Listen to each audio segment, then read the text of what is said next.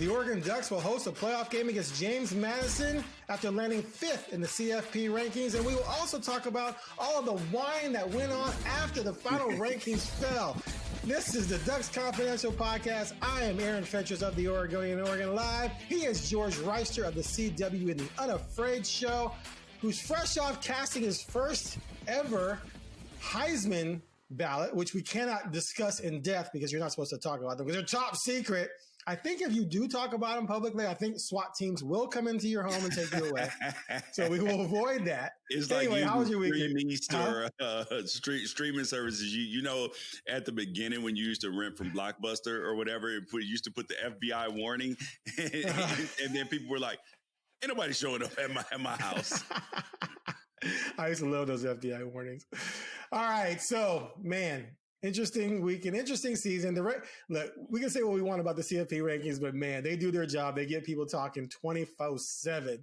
Yeah. It's what they want, right? All right, so let's just get straight to let's talk about the Ducks first. Then we're going to talk about what the committee got right, what they got wrong. Then we'll dive into the matchup a little bit with James Madison, and we'll talk about Oregon's path. But first, my 3 words on the whole thing: wake me after.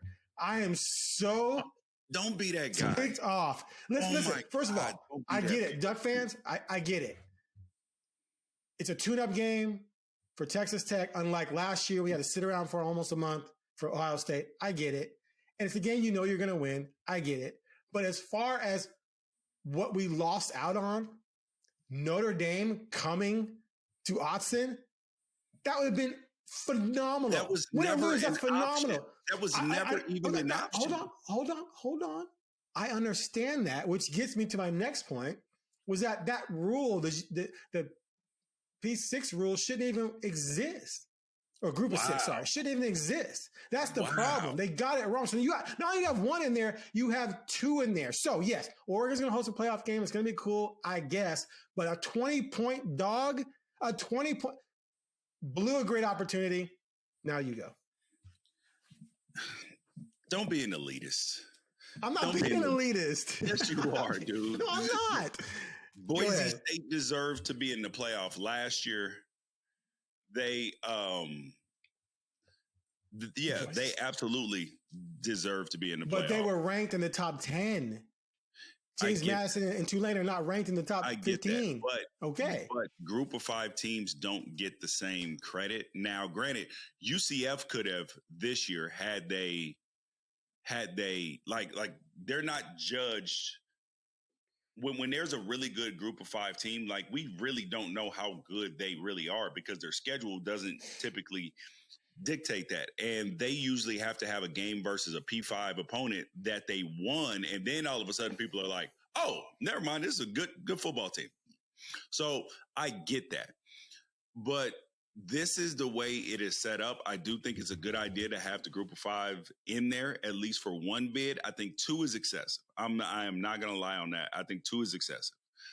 The 1 feels right because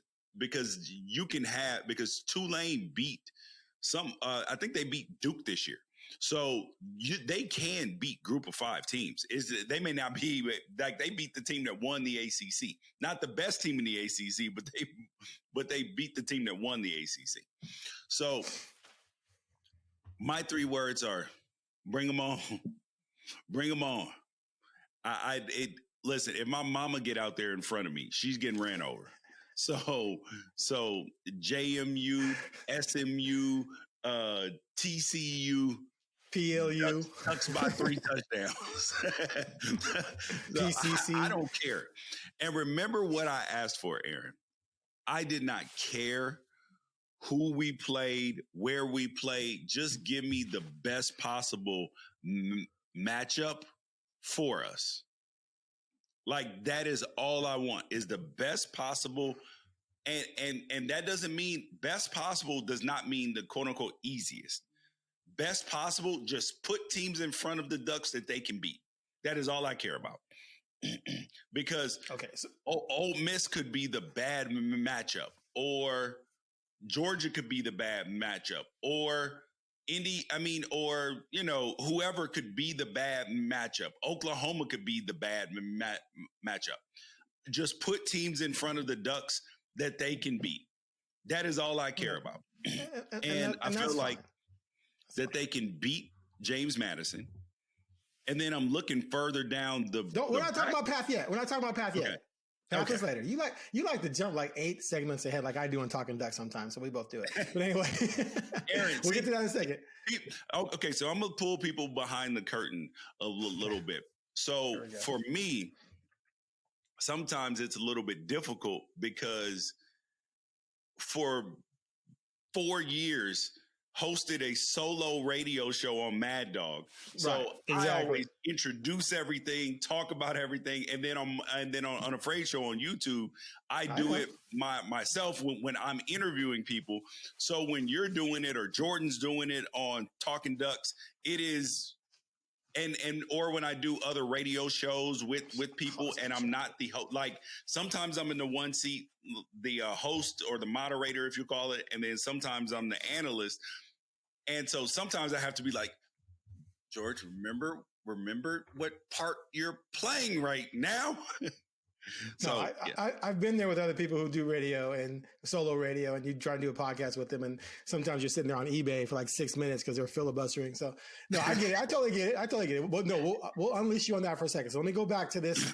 Okay, so Boise State last year, their schedule was whack. He's like, hold me back. Yeah.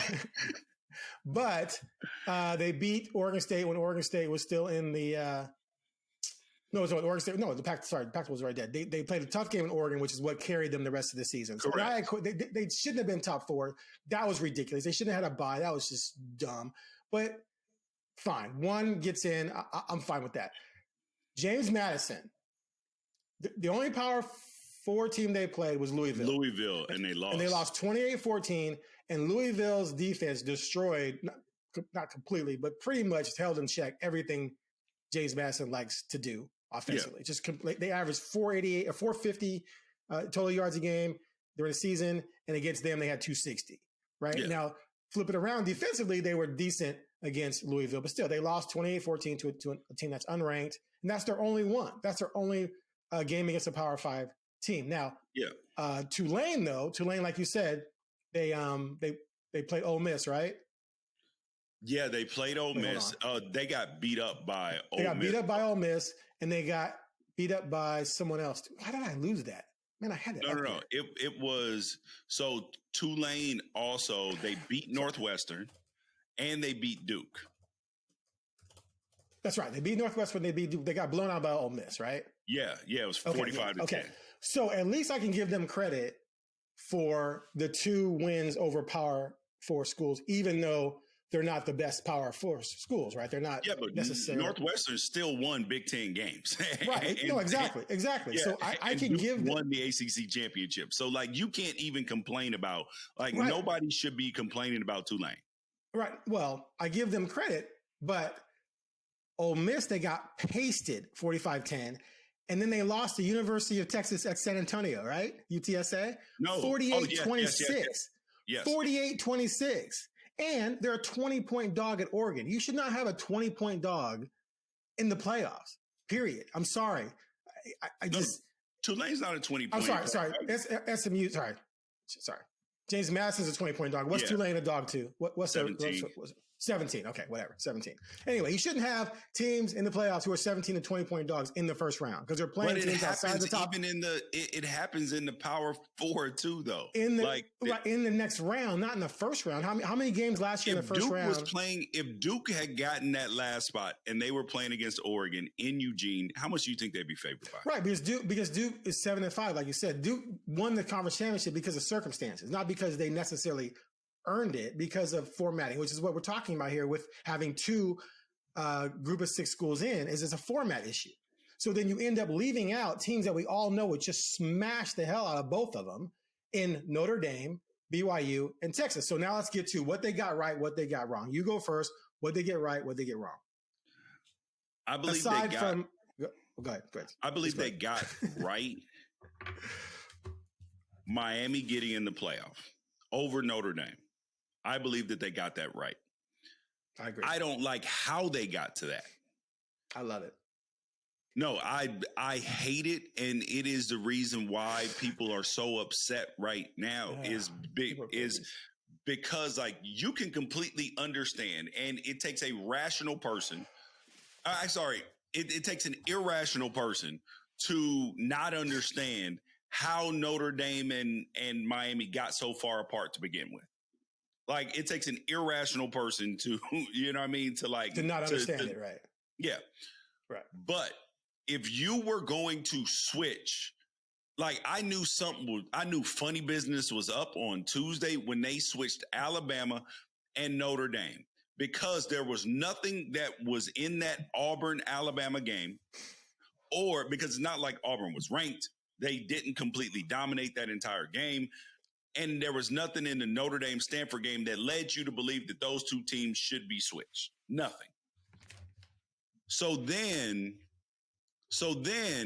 I was like, oh, they want BYU to win so then they can keep Notre Dame and Miami out. But then when BYU lost, oh, here came the opportunity, because there was nothing that happened on Saturday, that should have switched those two teams. They should have been switched this Tuesday or the previous Tuesday. That's the first thing that I hate with the power of 1,000 suns, because now it brings into question a whole lot of things. And then the second thing that I hated was, so initially I hated Alabama being in the playoff. I thought it was gross. I thought it was SEC glazing, because they looked so incredibly bad. The team is trending in the wrong direction. Clearly, quarterback trended in the wrong direction. They cannot run the football against me and you on defense, Aaron. And so they came in with the 103rd ranked rushing offense in the entire country.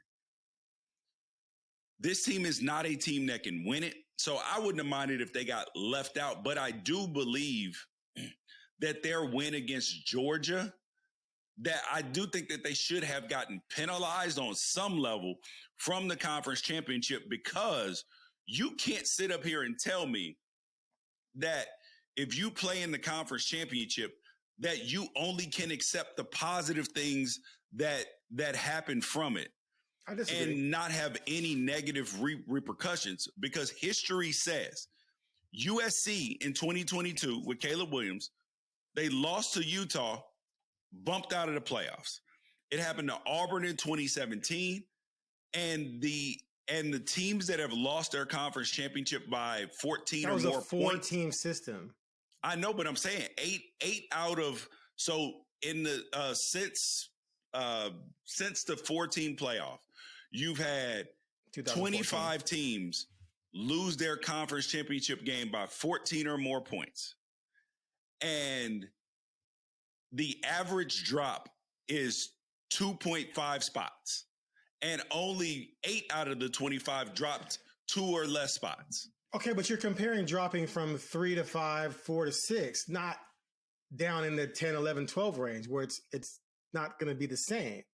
So I don't think you can compare those two things. But anyway, all right. So you think Bama should be out. Therefore, you think Notre Dame should be in over Bama, right? I would be okay with that, but I do understand that Bama did beat Georgia in the beginning, like in Athens. And I do think that you can't just ignore that, because it's 1-1 right now, and Oklahoma's in the playoff and they beat them too. So I would have been fine if Bama would have been left out. But yeah, I don't feel sorry for any of them teams in the back of the bus, just to be honest with you.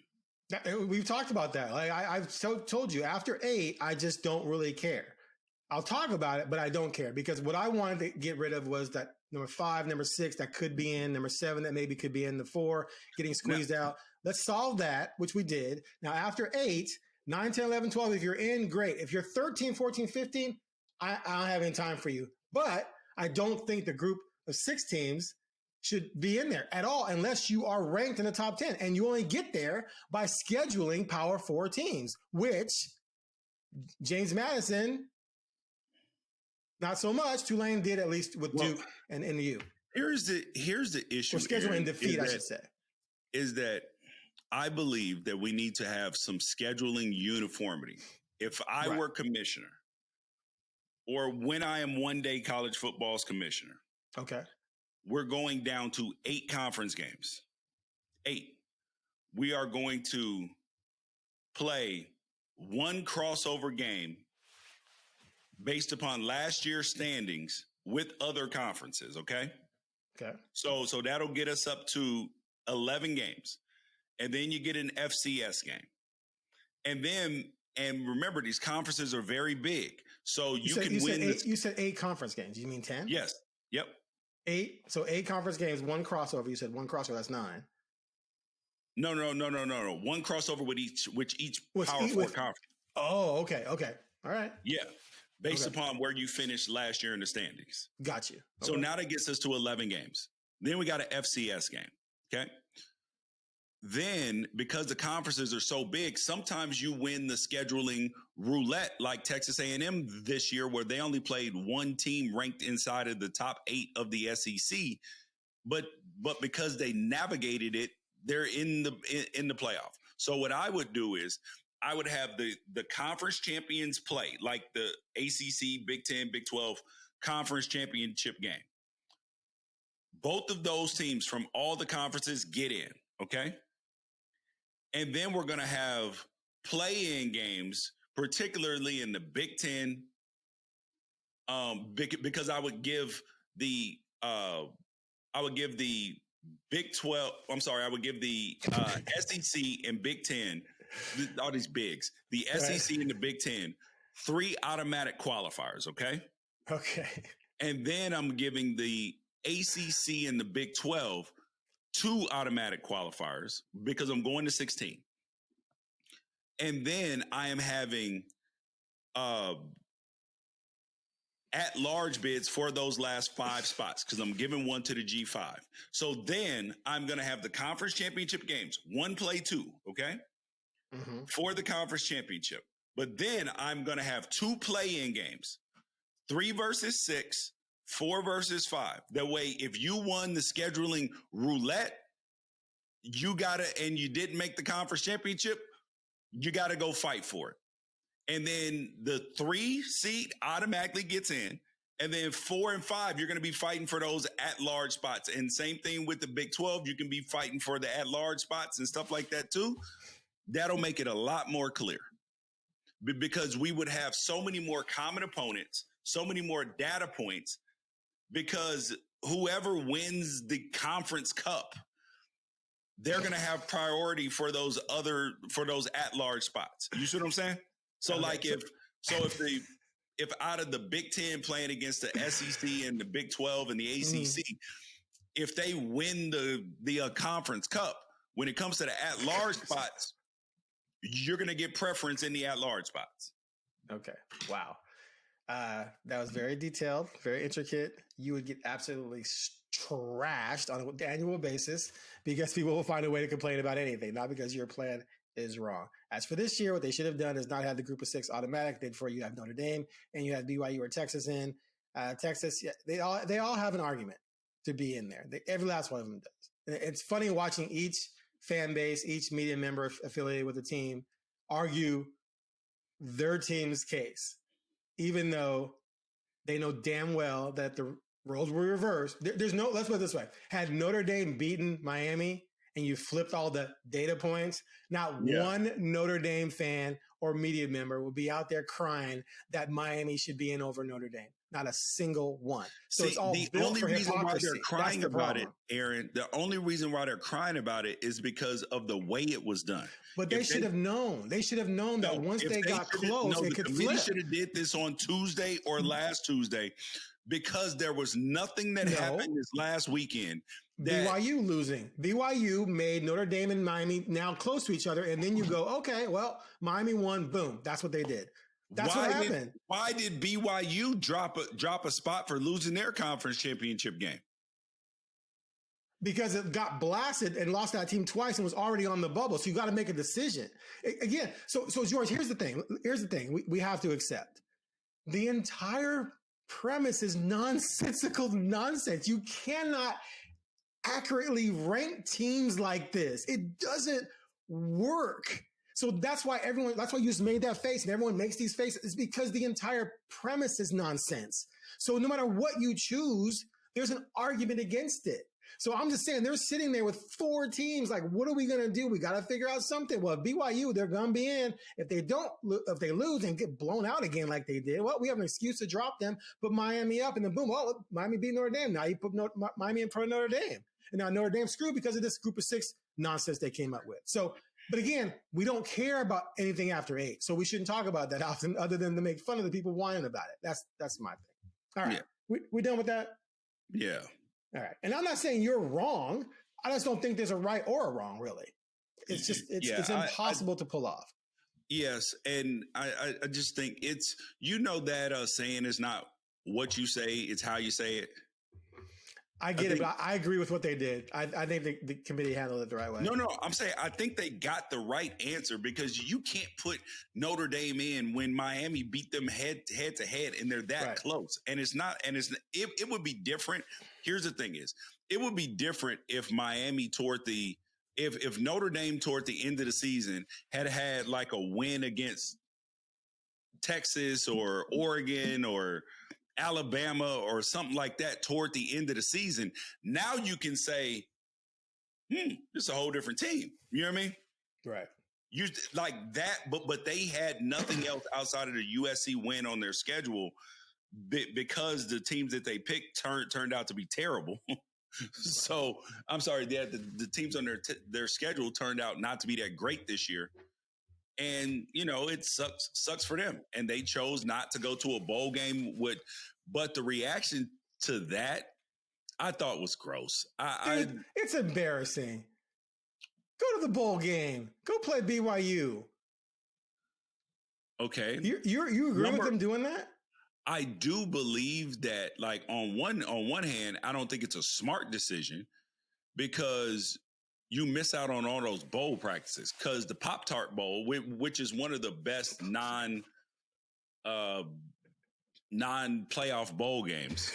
It just sounds bad because it's called the Pop-Tart Bowl.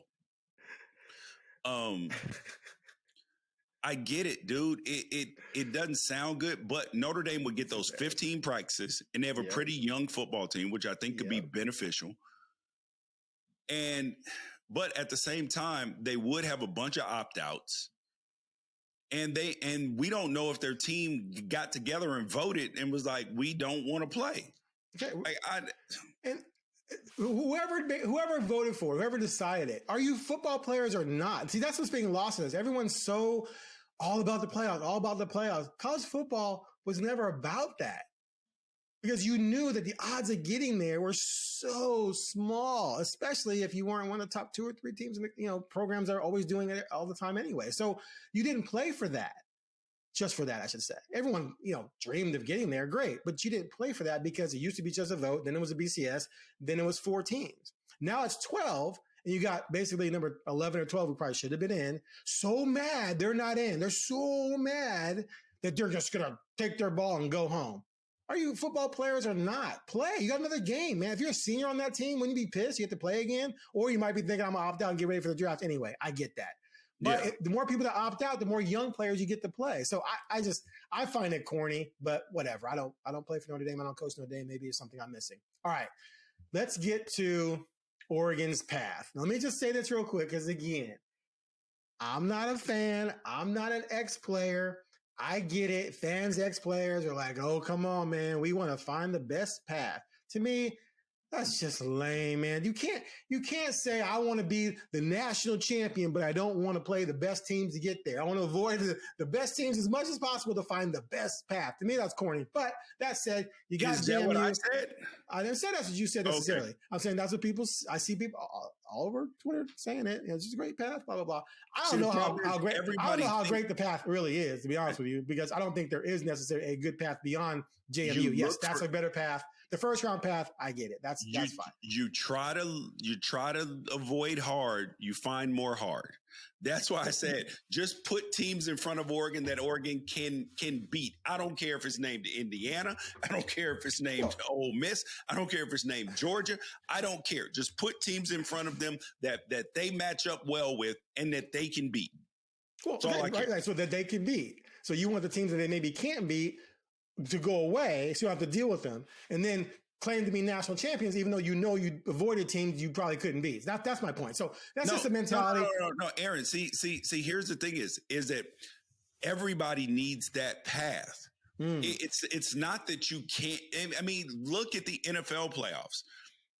Because of the way the bracket gets set up, sometimes a team that is not the best team in the country just matches up better with you for whatever particular reason.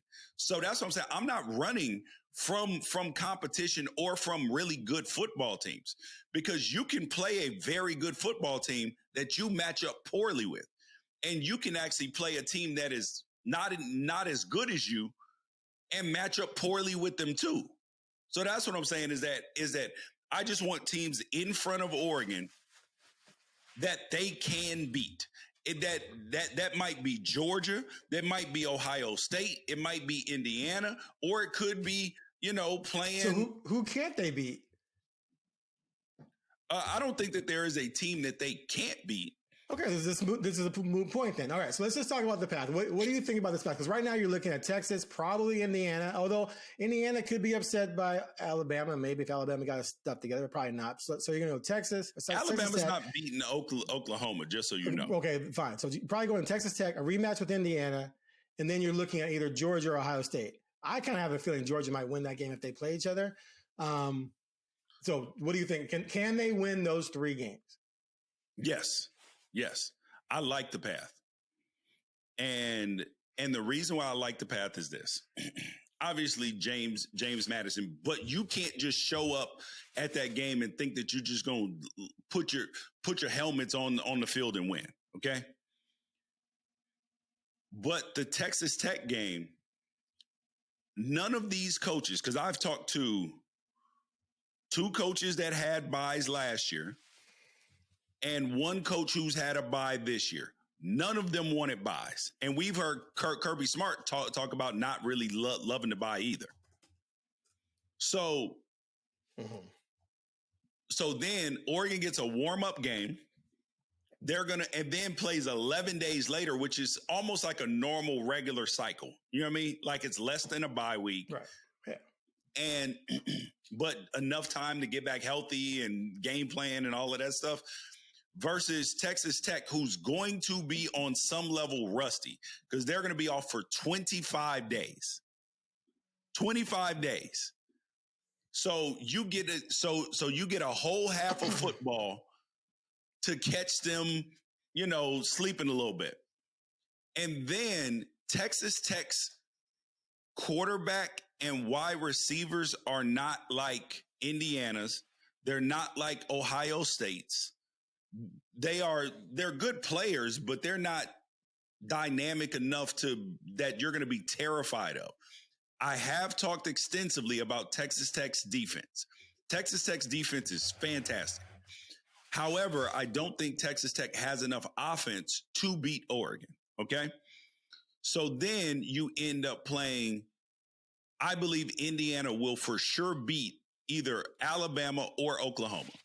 Okay. Oklahoma doesn't have enough offense to beat Indiana, period. And these are 2 top tier defenses going against each other. And then you have Alabama, who cannot run the football. And if you're one dimensional, like they couldn't beat Oklahoma because they were one dimensional. Indiana shuts down the best thing. Like if you can't run the ball against Indiana, you're going to have trouble passing the ball against Indiana. So I would take Indiana in that game.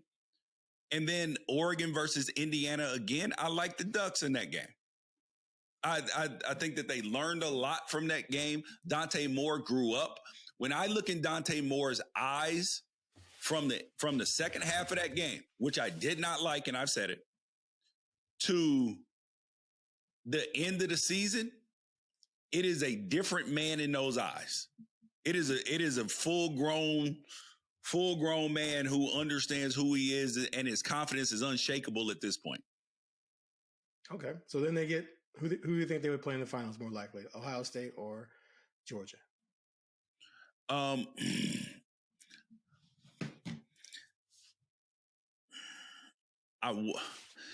We're assuming they play. Like they could possibly not play. Yeah.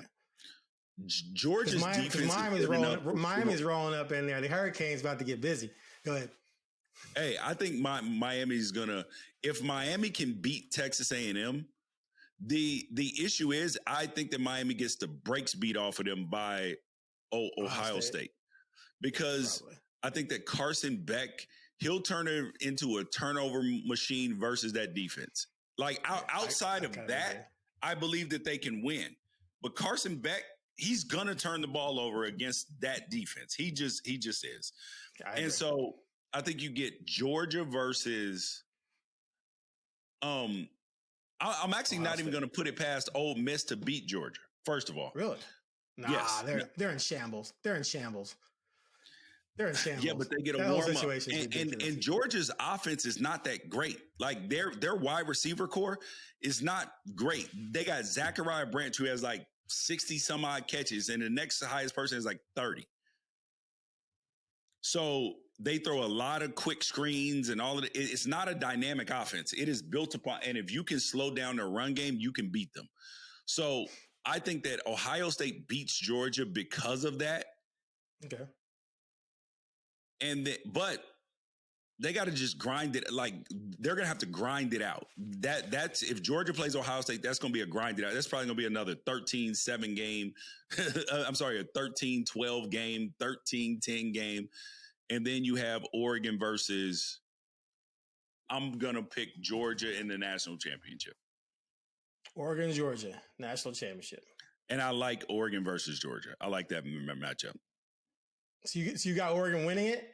Are you saying Oregon's going to win it? You said like 15% chance a couple weeks ago. Now you're saying they're going to win it? Try and pretend you're not. Try and pretend you're not an alum. Try and pretend you're not an alum for a second and be honest. I do. I think that they have a legitimate. I think that with the way the bracket is set up, okay? I think that Georgia has a chance to win. Ohio State has a chance to win. Indiana and Oregon. That if I had to bet all my chips, those are the four teams that I believe have a realistic chance to win. And then, yeah, that's it. And so, and you don't have to play all of those teams. You only got to play two of them. So, yeah, so I give them a 25% chance to win the Natty. It's up to 25 now. It's up to 25. Wow. Because of the path. Wow. If they had messed around and snuck into a bye, I'd have gave it like a 10% chance. 7. It would have went down from 15% that it was. It would have went down. All right. So to me, this all comes down to probability. I look at Oregon. I see the double overtime win at Penn State. I see the loss to Indiana. I see the close game, nearly lost to Iowa. I see a relatively close game with USC. And I see a game where it was 19-14 at Washington. And I look at those games. I say, okay, if they get into those types of situations against Texas Tech, Indiana, Ohio State, or Georgia, are they winning 3? And I just can't see how they're going to win the 3 because I think they put themselves in position to lose several games this year that had they been playing better teams, they would have lost those games and not even been in the playoffs. So now you're going to play those teams. Ended up in the same situations too, except for Texas Tech. Okay. I'm just saying. Those other teams almost lost to. Well, okay, I'm not getting into that. My point is, so Georgia, what are the probabilities? Georgia just was in a dogfight in the SEC. Oh no, I'm sorry, against Georgia Tech the week before. They were in a dogfight there, right? And they also lost to Alabama, and they played. And they should have lost that Tennessee game, the one that went in overtime. Remember that early in the season? Right. They actually came back and beat Florida. So that's what I'm saying, Aaron, is that it's because you watch so much Ducks that like sometimes it's easy to because they have win. Hold on, dude, stop. I'm just saying. Because now you're trying to tell me what I think. You're trying to tell me things with Georgia. Oh my God, this is why you homers annoy me. This is why the Notre Dame fans and even my Miami fan brethren just annoy me because you guys have tunnel vision. So yeah, there have been some games that Georgia had some But Georgia also beat the brakes off of Alabama. Name a win Oregon has on that level this season. Name one. They don't have one. So I'll stop right there. Okay. They don't have one. Name a win Oregon has. Name a win Oregon has. Beat Alabama. Okay, whatever. Where's USC ranked right now? Where are they ranked? 15? 15. Wait, 16. Okay. So they're not even they're 9-3. They're not even considered to be in the playoffs. But that's what you're gonna point to as your argument. Come on, dude. So there's that, and also let's say Georgia smoked Texas 35-10. Name a win Oregon has on that level. They don't have one. Now we have an Ole Miss. Ole Miss, Florida. Aaron. See, there you go. See, there you go. So that's the point. This is my point. Everyone has a caveat. Regardless, George. Regardless, that's 2 wins against teams ranked higher than Oregon's best win. And I haven't gotten to Ole Miss yet, which is in the playoffs. So do you see how everyone nitpicks to fit their narrative? No, Georgia's resume is way better than Oregon's. It's not even close. It's not close. Their resume is better than then that's all we need to talk about. However, Aaron, the point is, if you're going to try to point out that Oregon, that the USC game was close for a minute, and then Washington was 19-14.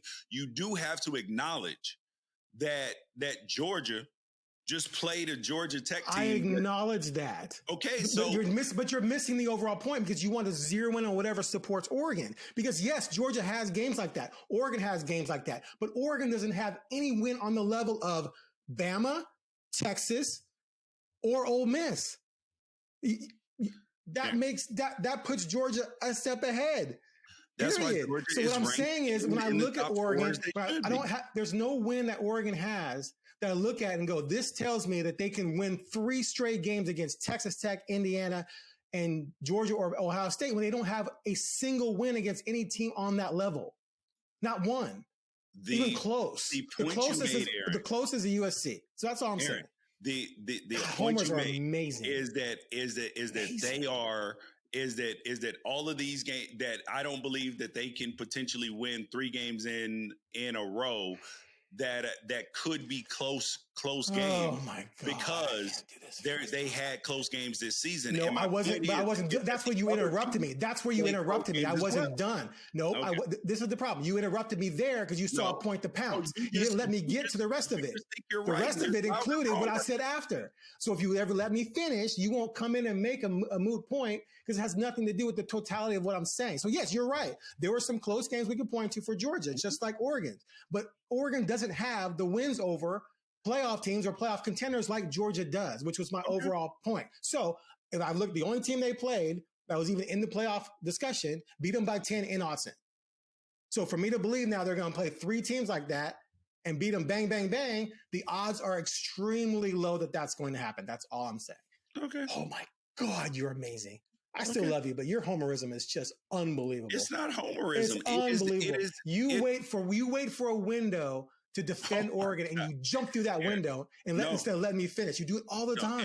Aaron, the point is there are 4 teams that I believe can win a national championship, and I'm giving them all a 25% chance to win. Okay, fair. All right, let's talk real quickly about this matchup with James Madison. Okay, give me a reason I should care. It's a playoff game in Austin, first one ever. And it's a playoff game. No, it's a real playoff game, Aaron. No, because if you go out there and you BS and you turn the ball over and you throw picks and you fumble, you can lose this football game. Of course. So that's why you should care, because this is a football game that you can lose. That's why you should care. Okay. Will you probably lose it? No. But can you lose it? Yes. Okay. We could have said that about James a bunch Madison of games on their schedule. One for no reason. Okay. That doesn't move me. Tell me why. Okay. Tell me why. I'm just saying I am so not into this game at all. I just do not care. Like, wake me when it's done. It's a waste of everyone's time. It's silly. We could have had a great matchup against, Notre Dame, those like I said, or even Texas. Now you're doing this. If and pans was pots and pans, the whole world would be a kitchen. I'm saying why I don't like it. It was never an option. It was never going to be an option this year that Oregon was going to play anybody except for Tulane, North Texas, or Tulane, North Texas, James Madison, or Duke. Those were the only options that they were going to have a chance to play going into this last week. That was it. I get it, and because of that, I don't care. Wake me when it's done. If Oregon loses this game, then all hell's going to break loose anyway. Then I don't care about that. But it's not going to happen. They're going to pummel these guys. All right, so give me something about them that people can go into and be afraid of as a 20.5 point dog. What about them? What do they bring to the table? This is yes, bro. Of course. Go ahead. This is the James Madison team whose quarterback is a dynamic runner. He's got over 500 yards rushing this season and 14 touchdowns. 14 touchdowns, yep. And 2,500 passing and 21 touchdowns. Yes. So he's got 35 total touchdowns this season and over 3,000 yards. So he is like, this is an offense for Alonzo Barrett that he has to be accounted for. This is a dude that can get loose. He can hit his head on the goalpost. You have to pay attention there. And this defense, they actually have been pretty good against the pass. I'm sorry, against the run especially. And they have 36 sacks on the season, Aaron. 36. Yep. That's 2.78 per game, which is top 20, I think. Yeah. Yes. That's a lot of freaking sacks. Yep. They're good, man. So yes, there is no just discounting this team. Oregon only has 23 sacks on the season. Granted, because people stop drop back passing against them, but and they do so many quicks and screens and everything else to try to nerf it, because as soon as they do drop back pass, sacks happen. Okay, are you done? Yep. All right. Here's what I'm going to compare this to.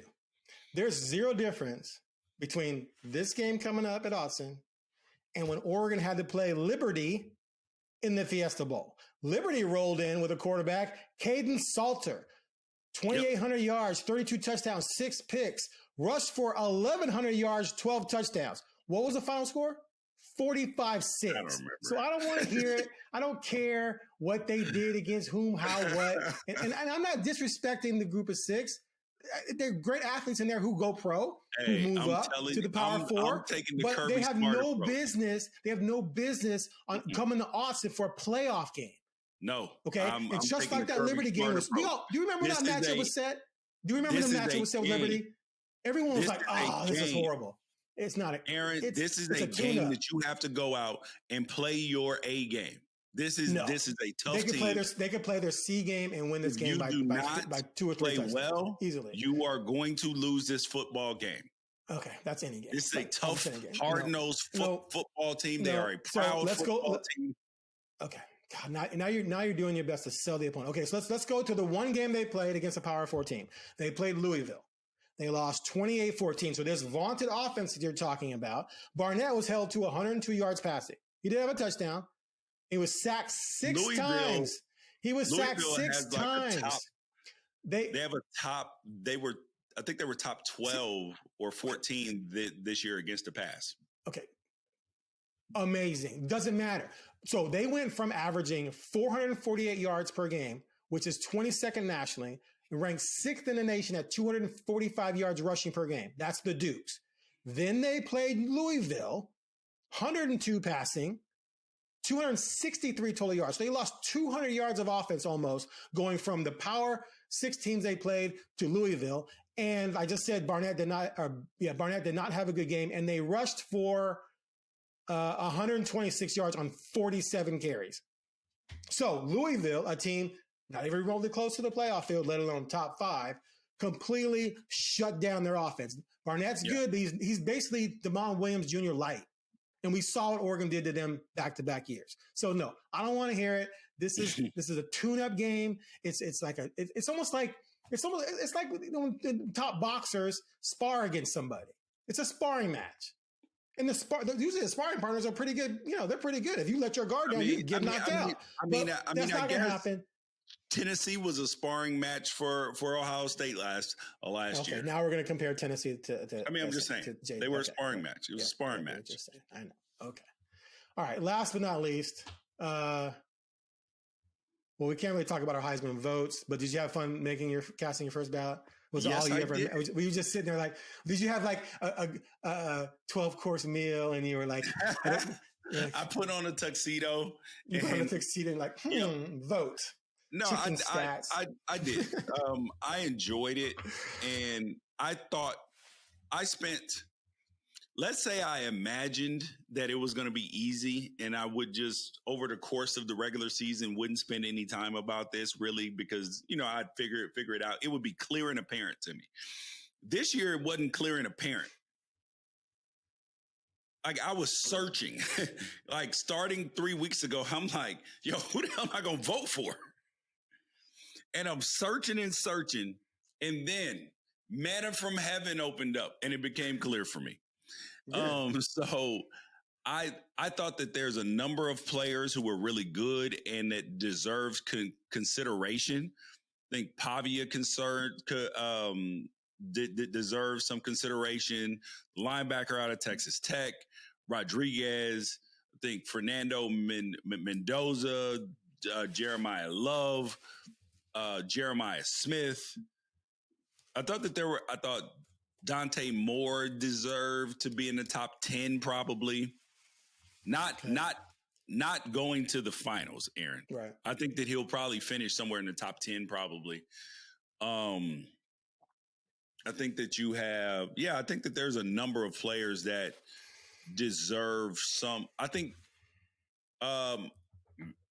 Malachi Nelson out of USC, that he deserves some potential Heisman love too. I think that there's a number of players who had very nice seasons, but it didn't feel like anybody just stuck out like a sore thumb. And, and if a guy like Pavia wins, it'll feel like almost like a lifetime achievement award, like when Ron Dane won. Right. But this is one of those years where it's kind of sad because Penix Jr. or Bo Nix, you transport them into the season. Yep. That year was hard because you had three guys. It was like, oh my God. Like, who do you know who would have gotten it had his team won 2 more games? For sure. Because number one, they would have been in the playoff. Darian Mensah. That kid from Duke, his stats, let me read you his stat line because I think that most people didn't watch a lot of ACC games, and they also didn't watch Duke. You know what I mean? Right. Especially. So let me go to the games. So yeah, he plays at Duke. He finished the season with, Aaron, 3,600 yards on 78% completions, 30 touchdowns, 5 picks. Yeah. And then another rushing touchdown. Like, he was incredible. Absolutely incredible. All right, real quick, I forgot about this topic. Let's touch on it before I have to jet to a meeting. But Pat Kraft, Penn State. Luckiest man in America. America. No, the things he said about Oregon, though. Oh, hey, man. Dan told everybody before the Washington game, be the villain. It's fine. I mean, he was like, Oregon's a fraud. All right, man. Your hiring process was fraudulent. You backed into, dude, he fell into a gold mine with Matt Campbell because Iowa State's collective guy, Brent Bloom, he backed away from the collective. That means the money's going to dry up and all of that stuff. That's the only reason why Matt Campbell left. Only reason why he left. And so after a failed coaching search, and you know what else he got lucky with?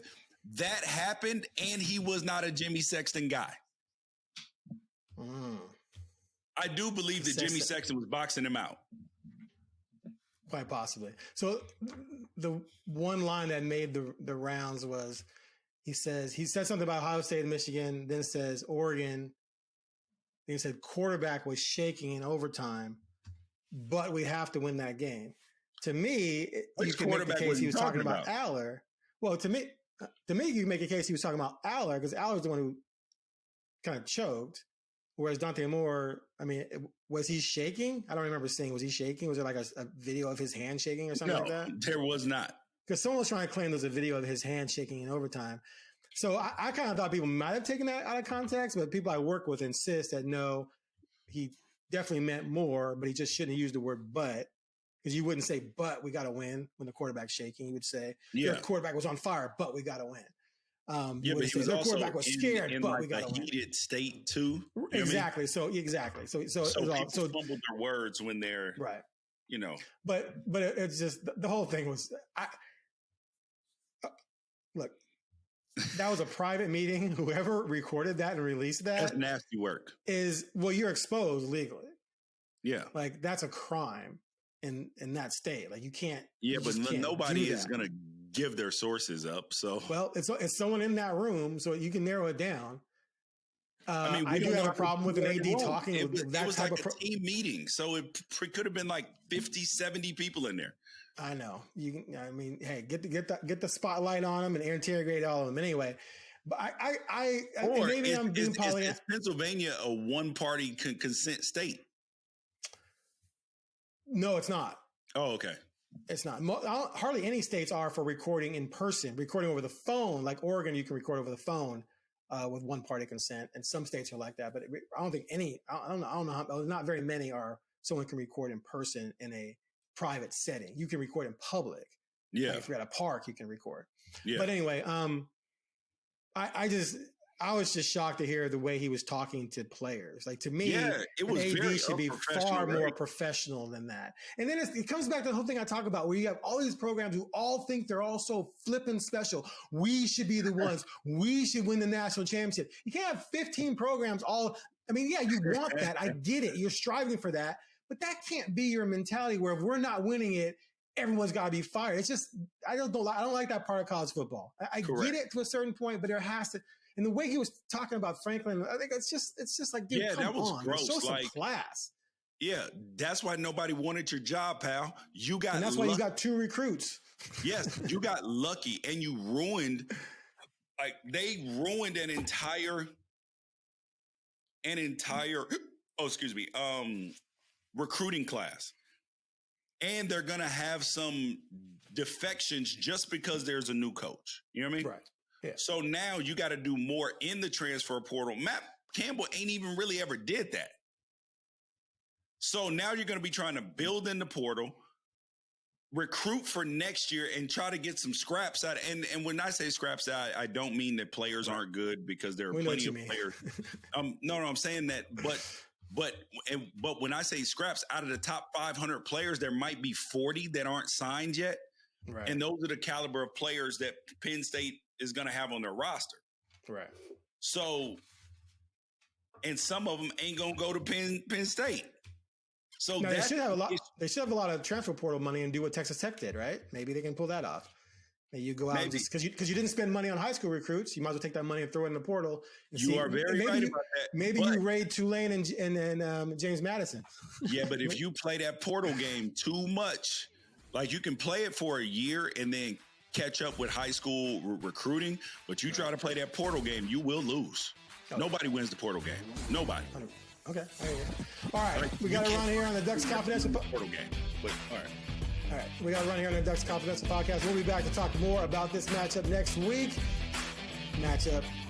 See you then.